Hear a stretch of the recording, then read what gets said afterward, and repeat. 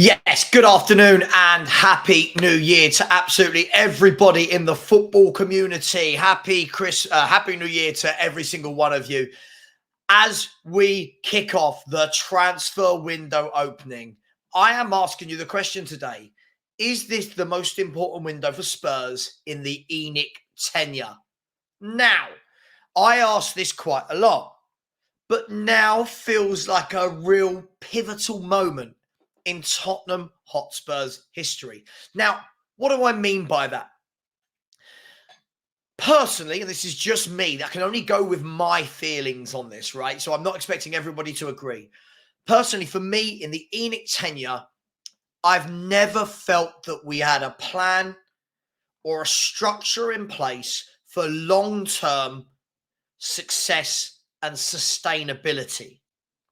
Now, that's not me saying that I don't think we've had good teams under the Enic tenure. I think we have had good teams. I think we've created good teams, but with no long-term plan in place, with no real strategy around, okay, what does 3 years away look like? What does 5 years away look like? What does 10 years away look like? This is the first time that I've had that real positive feeling that that's where we're heading as a club. Not, oh, we're brilliant this season, stop being negative, everything's great. No. I'm talking about the bigger picture. I like to think bigger. I like to think critically about this. And this is the first time with the new academy directors that have been put in place in the last year, with new scouts, the new technical director of football in Johan Lang, the new chief football officer in Scott Munn, the new manager in Postecoglou. It just feels different. Now, what do I think that means? Short-term versus long-term are two very, very wildly different things. For me, I think that we made some really good signings in the summer and we made some very average signings in the summer, like most teams, like most windows for every single football club. But what I do get the feeling, and already and we'll talk about Dragusin in a minute, and obviously the bid that went in for Jean-Claude Todibo, we're almost seeing already that there's that urgency. There's that real feeling of, hang on, if we get this right, something could happen here. Something could happen. Maybe not this year. Maybe next year, maybe not. But certainly something could happen in the upcoming years, that we are building and growing, that we are putting something in place that is sustainable. Because what a lot of teams do, like when we finished fourth under Conte and everyone lost their minds and this guy's a genius, there was no build, there was no plan. Conte wasn't the guy for that, right? You don't bring in a guy who notoriously leaves clubs in 2.5 years and think that he's building something, because that's not what happens. So you would have to say that you kind of knew that that wasn't going to work. Under Harry Redknapp, we did so much and then stopped short. The Zaha and Nelson window comes to mind. Under Pochettino, we built a great 11 and then stopped. There was nothing being built behind that. But now it feels different. Now it feels like, for me, hence the question, it feels like this window could be the most important window in the Enic tenure, because it really could kickstart a revolution at Spurs. It really could kickstart an identity of showing the rest of the football world that Spurs no longer mess about in transfer windows. Spurs no longer get one or two players in and then crumble. That Spurs actually know what they're doing now. We've got a plan in place. And take that as a positive. I know some people will just sound being negative. I think that's a positive. For the first time, I'm excited by the long-term vision of the club. And that isn't, as I said, just Postecoglou. That's everything. Postecoglou, the scouts, the new setup, the academy. It looks good. So I'm going to ask the question, are things changing? Do we need to see this for 2, 3, 4 windows before we can put a definitive label that Levy's changed, that a leopard can change its spots, that winning is important to these owners as opposed to just making profit, as opposed to just building the club to a certain point and wanting Champions League revenue? Let me know what your definition is, because one thing I think we always take for granted when we speak as football fans is what my definition of long-term sustainability, of success, of progression could be very different to what yours and yours and yours and yours is. Lots of people I've noticed this year are very much focused purely on this one season. And I get it. We're living in the moment. We're in that season. Things are going well. We'll talk about that in a minute. But for me, I've never been that person.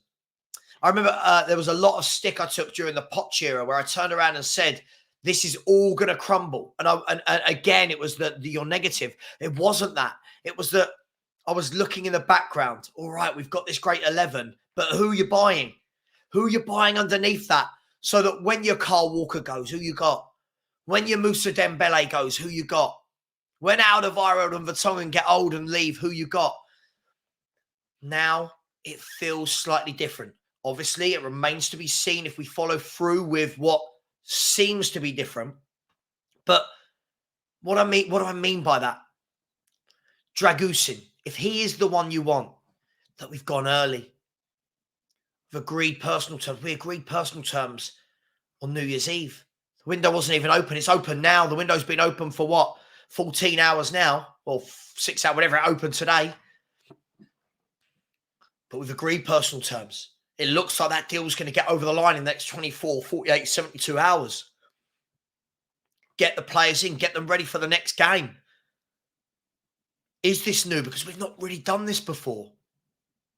Even before that, we had the bid for Jean-Claire Todibo. We were in talks with Jean-Claire Todibo, and it's just showing slightly different patterns. And I've always been an Enic out person. But these are the signs that I want to see from the owners for me to turn around, only me personally, and say, yeah, I like what you're doing. I like what we've implemented. Have you learned? Are you implementing from your findings of what you've learned? So for me, this is really, really important. Now, I'm speculating on things that we think are going to happen in January, but haven't yet. So I'm always cautiously putting to one side, hang on, this might not happen. But Dragusin should get over the line. Then it gives you the whole month to go and get another 2 players, whether or not that's a loan, 2 loans, 2 signings, whatever that might be. It gives you that time. And you know what? I'm looking at the Premier League now, and other than Man City, I don't see a standout team. And forget the last 6, 7 games. They've been in bad form, but Man City are the best team in the world. Other than them, I don't look at what Liverpool have done and go, that's amazing. I don't look at Arsenal and go, you're amazing. Aston Villa are a good team, not amazing. Newcastle a good team, not amazing. Brighton the same. Man United appear to be in a bit of a constant mess. So again, the timing of all of those things happening really bring back and draw home the point to me of this window right now is a real chance to kick on. And I'm not saying that we have a great window and we just win the league this year. I'm not saying that. I don't feel it's the pressure needed. It's unnecessary pressure. And that's always been my point. It's unnecessary pressure. But I'm looking beyond that. We've got the right manager in place. Started to sign up people like Papa Sarr and Udogie onto 6-year contracts. 6-year contracts. Tying down talent like that to the club. Talented players coming in like Van der Ven, James Maddison. You've got players at the club already like Son, Romero. Players that are getting better like Pedro Porro. You've got Bissouma, bit hit and miss, but looks like he's doing the right things in general. Bentancur coming back. The future is very, very bright. But I'm going to ask this question, and I'll leave it there. Is this the most important window for Spurs in the Enic tenure? We've had many false dawns. We've had many windows where people have praised them, and I don't know why, because of the volume of players we bought rather than the quality. But is this the window that's going to make the rest of the league sit up and go, hang on, Spurs are actually serious, and not just in the short term, not just in this season, but we're actually serious about building and growing as a club. Credit where it's due. The players, the manager, the injuries we've had, the suspensions. To be where we are, 3 points off the top. All right, Liverpool got to play tonight and we'll probably win and go 6 points. But even to be 6 points off the top at this time of the season is nothing short of phenomenal. Yes, we dissect, we analyse, we criticise, we praise. But when you look at the bigger picture of the milestone, it's been phenomenal. Up to us to kick on from that now.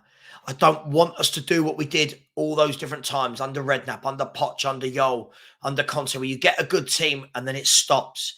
Keep going. Keep adding. Keep building. Let players go. It might be players that fans love. If they want to go or you think it's right, move them on. Bring new players in. Build, grow, build, grow, build, grow. And eventually, I think that Tottenham Hotspur will be a very good club. This is a very, very pivotal moment for me in the club's history. Let me know your thoughts, but it is good. Dragusin looks like he's coming in. That's a positive start. A good win yesterday. Not a good performance, but a good win yesterday. Arsenal faltering. Man United and Chelsea are nowhere near what they were. They need to build and grow. Sky's the limit. Maybe not for this year. As I said, Europe was great this year. European football qualification is great. Champions League qualification is phenomenal. Anything beyond that would be build a statue with a man and let him retire. But the future looks good. Anyway, please join me. I'll be live at 4:30 for a football chat where we'll be talking about some of these upcoming signings. 4:30 till 6. And then at 7:30, we will be having the live watch-along of Liverpool versus Newcastle United. Please join me. You probably saw the news as well that Perchy has just started a brand new channel. I wish him the best of luck with that. And already I'm getting messages, people asking me if we've fallen out. No, we haven't. We still stream together. We're still very good friends. Perchy's gone to do his own thing. I'm going back to what I was doing with my channel before. The world moves on. We're in a good place. And please go and subscribe to Perchy's new channel, The Dugout. Please go and subscribe to that. Much love. Thank you all. Please like, please subscribe as we head towards 13K. And I will see you at 4:30. Take care, everyone. And leave your notes and your comments. Really interested to see how people think this window will go and how important it is. Take care, everyone. See you later. Come on, you Spurs.